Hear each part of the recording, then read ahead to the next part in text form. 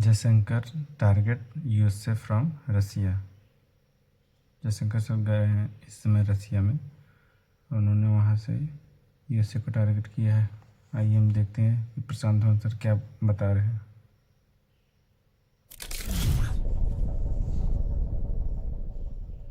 कुछ ही मिनट्स पहले Russian government ने ये विजुअल्स अपनी सरकारी वेबसाइट पे अपलोड कर दिए हैं।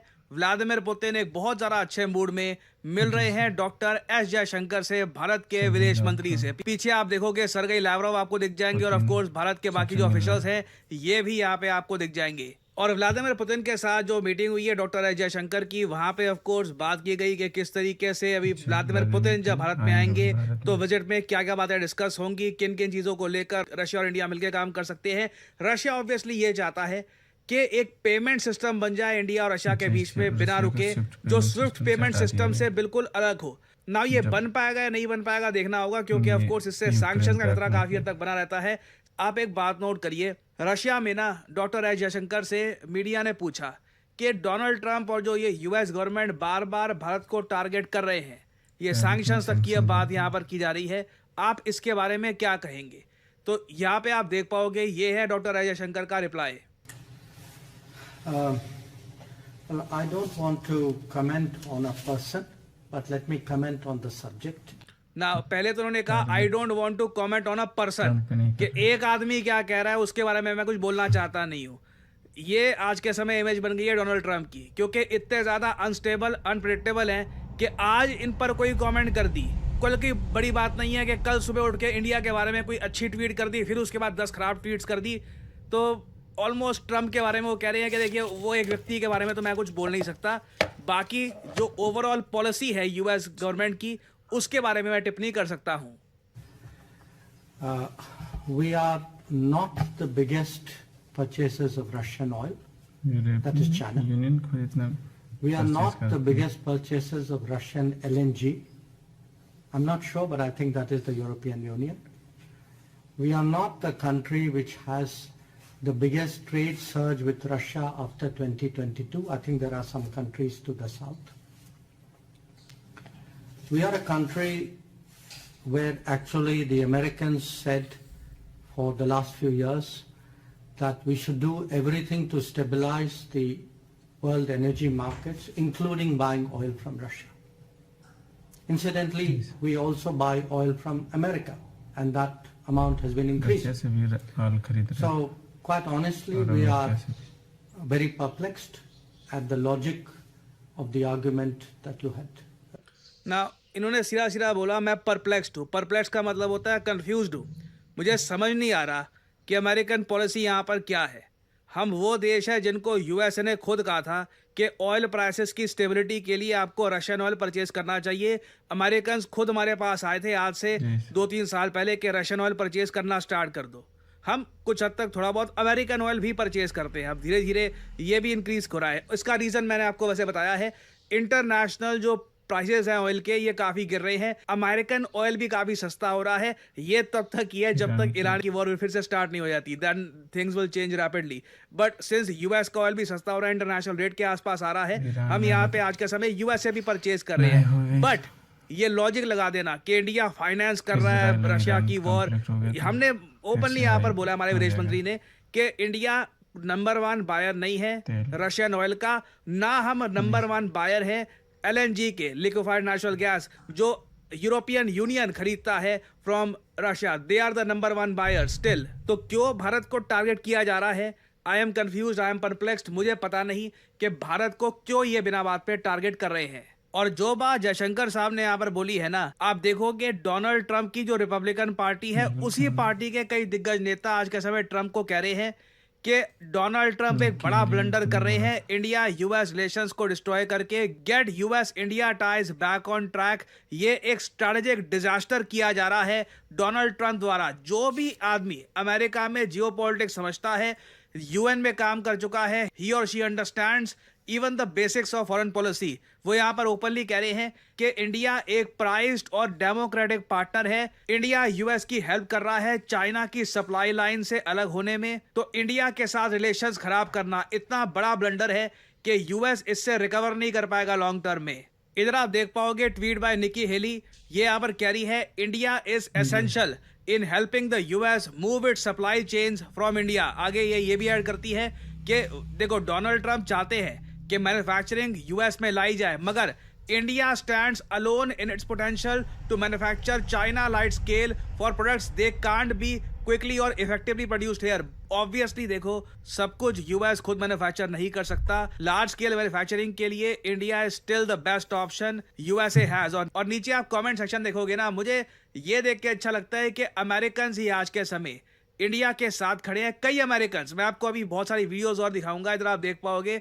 एक अमेरिकन यहाँ पर कह रहे हैं इंडिया यूएसए का सबसे बड़ा फॉरेन पॉलिसी फेलियर रहा है एंड हैज बीन सिंस 1971 जब यूएसए ने टेररिस्ट स्टेट पाकिस्तान का साथ देना शुरू कर दिया था और इंडिया को धकेल दिया था into the arms of Russia.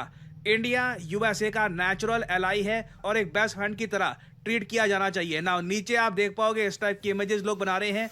Largest democracy, oldest democracy, 20 साल का hard work under Clinton, Bush, Obama, Biden, but Trump's ego will destroy it all. और ट्रम्प यहाँ पर जो ब्रिज है ये हथौड़े से इसको डिस्ट्रॉय कर रहे हैं। ओवरवेलमिंगली मैं देख रहा हूँ अमेरिकन जो लंबे समय से अमेरिका में रहे हैं, एक्चुअल अमेरिकन, मैं उनकी कोई बात नहीं कर रहा, कोई अभी नया नया वहां पे पहुंचा है वगैरह, बट जेन्युइन अमेरिकन आप अगर देखोगे ना, सब लोग एक ही स्वर में यहाँ पर बात कर रहे हैं कि डोनाल्ड ट्रंप की हरकतें देखकर इंडियंस ये ना समझे कि सभी अमेरिकन इंडिया के बारे में नेगेटिव ओपिनियन लेकर बैठे हैं। और इधर आप देख पाओगे जॉन बोल्टन यूएसए के पूर्व नेशनल सिक्योरिटी एडवाइजर, ये भी वही बात दोहराएंगे जो मैं अभी कह रहा हूं आपको। And I think we need to have continued conversations among non-governmental Indians and Americans so that people can understand that what's happening at the very top level is not reflective of what the rest of the country thinks. And ये इन्होंने same बात बोली है कि Indians को समझना होगा कि जो आज के समय अमेरिकन टॉप लेवल पे हो रहा है, ऐसा नहीं है कि पूरा देश ऐसा सोच रहा है। जो एक्चुअल अमेरिकन हैं जो लंबे समय से यहाँ पर रह रहे हैं, they are very much pro India. आप देखोगे यूट्यूब पे मैंने देखा है कई अमेरिकन हैं प्रो इंडिया वीडियो बना रहे हैं, डोनाल्ड ट्रंप से सवाल पूछ रहे हैं, why are you bullying India. So again overall मैं अभी भी काफी हद तक एक बिलीवर हूँ इंडिया यूएस रिलेशंस में। डोनाल्ड ट्रंप एक पर्सनल ईगो या कोई घमंड की वजह से, आई मीन इट्स सैड कि इस लेवल पे आके एक बिलियनियर 2 टाइम यूएस प्रेसिडेंट इतनी छोटी सी बात को लेकर 2 कंट्रीज के रिलेशंस खराब कर सकता है। आई डोंट नो पर्दों के पीछे डोनाल्ड ट्रंप ने कितना डैमेज किया होगा यूएसए का अपनी ईगो की वजह से, बट क्लियरली इधर आप देख पाओगे बोल्टन ये कह रहे हैं it's not much consolation, but Trump does this all the time, and that's one reason I don't think he's fit to be president. But it's happened, and I think the potential now is what Prime Minister Modi should look to do is wait for the right moment to take Trump aside very privately and say we've got to fix this. One suggestion would be if Modi is coming to the opening of the UN General Assembly in New York in the 3rd week in September, that's a time when foreign leaders have a lot of meetings on the side. The side meetings are more important than the opening of the General Assembly, but it's not one country coming to another's capital. Have a one-on-one between Trump and Modi and let people say what they think of what's happened in the past several months, clear the air a little bit, and I think that would be helpful. ना इनका यहाँ पर ये भी मानना है कि United Nations general assembly की अभी ये जो मीटिंग होगी यूएसए में, तो पीएम मोदी जब जाएंगे यूएस में उस टाइम ये अलग से ट्रम्प से मिल सकते हैं, एक मीटिंग हो सकती है और पीएम मोदी डायरेक्टली ट्रम्प को कह सकते हैं कि इंडिया यूएस रिलेशंस को रिकवर करवाने की आवश्यकता है। बट अगेन मुझे यहाँ पर यही बोलना पड़ेगा, अभी के लिए ना लगता नहीं है कि पिछली सारी बातें जो ट्रम्प बोल चुके हैं, भारत को फेल्ड इकोनॉमी बोल देना और बहुत सारी और नेगेटिव बातें बोलना भारत के बारे में, लोग उसको भुला देंगे। जो डैमेज है बहुत डीप हो चुका है। मुझे लग रहा है कि एक्चुअल में यूएस इंडिया रिलेशंस अगली प्रेसिडेंसी कोई अगले प्रेसिडेंट बनेंगे तभी आगे बढ़ पाएंगे। बट अभी के लिए ट्रम्प ने अगर एक काम किया है वो ये है कि India China relations rapidly improve कर दिए हैं और आगे जाकर आप देखोगे जब जेन्युइनली कोई ऐसा प्रेसिडेंट आएगा जो यूएस फॉरेन पॉलिसी के बारे में चिंतित है, तो वो कहेगा क्या मुझे एक मैस थमा के चले गए डोनाल्ड ट्रम्प। मैंने रिसेंटली देखा चाइना के जो एम्बेसडर हैं टू इंडिया, इन्होंने स्टेटमेंट दे दी कि चाइना बिल्कुल यूएसए के अगेंस्ट खड़ा है। यूएसए के जो टैरिफ सैंक्शंस लगा दिए गए हैं भारत पे, चाइना बिल्कुल इसके अगेंस्ट खड़ा है। हालांकि इन्होंने फिर ये भी कह दिया कि इनके हिसाब से पाकिस्तान एक विक्टिम है टेररिज्म का, ये चाइना के साथ एक हमेशा इशू रहेगा। बट एटलीस्ट मैं यहाँ पर यही बोलूंगा, चाइना ने प्रूव किया है कि ये ज्यादा स्टेबल पार्टनर है कंपेयर टू यूएस। पाकिस्तान के साथ जो भी आप कह लीजिए, चाइना ने स्टेबिलिटी दिखाई है। यूएसए के साथ ऐसा नहीं है कि अचानक से कुछ हो गया तो नेगेटिव कमेंट्स करनी स्टार्ट कर दी। ये चीजें लॉन्ग टर्म में आप देखोगे यूएसए को बहुत नुकसान पहुंचाएगी। मैं आपको एक ट्वीट दिखाता हूँ इमैनुअल मैक्रों की, आज की ट्वीट है। इन्होंने बोला मेरी अभी बात हुई है पीएम मोदी से और इन्होंने बोला कि हमने यूक्रेन के बारे में बात करी, यूरोप की सिक्योरिटी के बारे में और वेरियस और इशूज़ के बारे में बात करी। और लास्ट की कुछ लाइन है ना, ये नोट करना। इन्होंने कहा है कि 2026 में फ्रांस होस्ट करेगा G7 समिट, तो उसके लिए यहाँ पे बात हुई है कि किस तरीके से फ्रांस की प्रेसिडेंसी को भारत सपोर्ट करेगा। दूसरी बात यहाँ पर ये देखना कि फ्रांस सपोर्ट करेगा ब्रिक्स की भारत बात की करते हैं। Presidency of BRICS in 2026। BRICS Emmanuel Macron वही ग्रुप जिसको लेकर डोनाल्ड ट्रंप कहते हैं कि इस ग्रुप को तो मैं तोड़ दूंगा, यहाँ पे मैं 500% टैरिफ लगा दूंगा, ब्रिक्स बहुत खराब है, ब्रिक्स डॉलर के अगेंस्ट है। इमैनुअल मैक्रों ने पहली बार ऑफिशियली मैं कहूँगा ब्रिक्स का मेंशन किया है और पॉजिटिव तरीके से किया है कि बिल्कुल हम ब्रिक्स को सपोर्ट करते हैं। एक रीज़न मेरे हिसाब से ये है, अभी कुछ ही घंटों पहले न्यूज़ आई थी कि ट्रंप ने फिर से टाको कर लिया है यूक्रेन रशिया के ट्रंप बीच कुछ भी बोल में सकते जो हैं सीज कभी। फायर करवाना था। जी हाँ, सीज फायर यहाँ पर बोलना पड़ेगा। यूक्रेन अभी भी सीज फायर चाहता है, जबकि ट्रंप और पुतिन चाहते हैं कि परमानेंट पीस डील यहाँ पर हो जाए। ट्रंप यहाँ से टाको कर चुके हैं। ट्रंप ने बोल दिया है कि पहले पुतिन और ज़ेलेंस्की की मीटिंग करवाओ, फिर मैं यहाँ पे आऊँगा। तो जो ट्रायलैटरल मीटिंग की बात की जा रही थी, अब उसके चांसेस बहुत कम हो गए हैं। और ज़ेलेंस्की और पुतिन की मीटिंग कब होगी आप खुद ही यहाँ पर सोच सकते हैं, कब दोनों लीडर्स आपस में मिलेंगे, कब क्या होगा वगैरह। और बेसिकली यूएस मीडिया ही रिपोर्ट कर रहा है कि ट्रंप ने इस झंझट से खुद को दूर कर लिया है। वो नहीं चाहते इसमें ज़्यादा वो पार्ट बने, क्योंकि वो व्लादिमीर पुतिन की भी बॉडी लैंग्वेज से समझ चुके हैं। पुतिन कोई यहाँ पर ज़मीन छोड़ने नहीं वाले, उल्टा पुतिन ज़मीन गेन करने की बात कर रहे हैं। कोई यहाँ पर लैंड ऐसा नहीं है कि पुराना लैंड रशिया वापस यूक्रेन को पकड़ा देगा। तो यहाँ पर भी देखिए, एक आप कह लीजिए रिट्रीट कर रहे हैं ट्रंप, और यूरोपियन लीडर्स को ये बात बिल्कुल पसंद नहीं आ रही। और आप देखोगे कई लीडर्स अब ब्रिक्स के बारे में पॉजिटिव तरीके से मेंशन करना शुरू कर देंगे आने वाले कुछ महीनों में। इमैनुअल मैक्रों एक शुरुआत है, आने वाले समय में lot will happen. Vladimir Putin की जो विजिट होगी टू इंडिया, मुझे लग रहा है कि फ्रांस उस विजिट का भी सपोर्ट करेगा। ये अच्छी बात है, ठीक है। व्लादिमीर पुतिन भारत में गए हैं, बातचीत हुई है, डेफिनेटली कुछ अच्छा निष्कर्ष यहाँ से निकल के आएगा। एंड ओवरऑल आप अगर देखो तो यूएस की फॉरेन पॉलिसी इस वक्त लग रहा है कि बिना किसी दिशा के जा रही है। It is headless.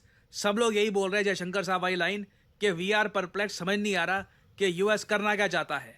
तो आने वाले समय में देखिए बहुत सी डेवलपमेंट्स होंगी। आई बिलीव इंडिया और रशिया के बीच में एक बड़ी डिफेंस डील भी डिस्कस की जा रही है। That will be a strong answer to US कि दो डेड इकोनॉमीज ने आपस में यूएस के सैंक्शंस को इग्नोर करके एक बड़ी डील कर ली है। सो अ लॉट विल हैपन। कुछ अपडेट्स होती है तो मैं आपके लिए अपडेटेड वीडियोस लाता रहूँगा। Now generative AI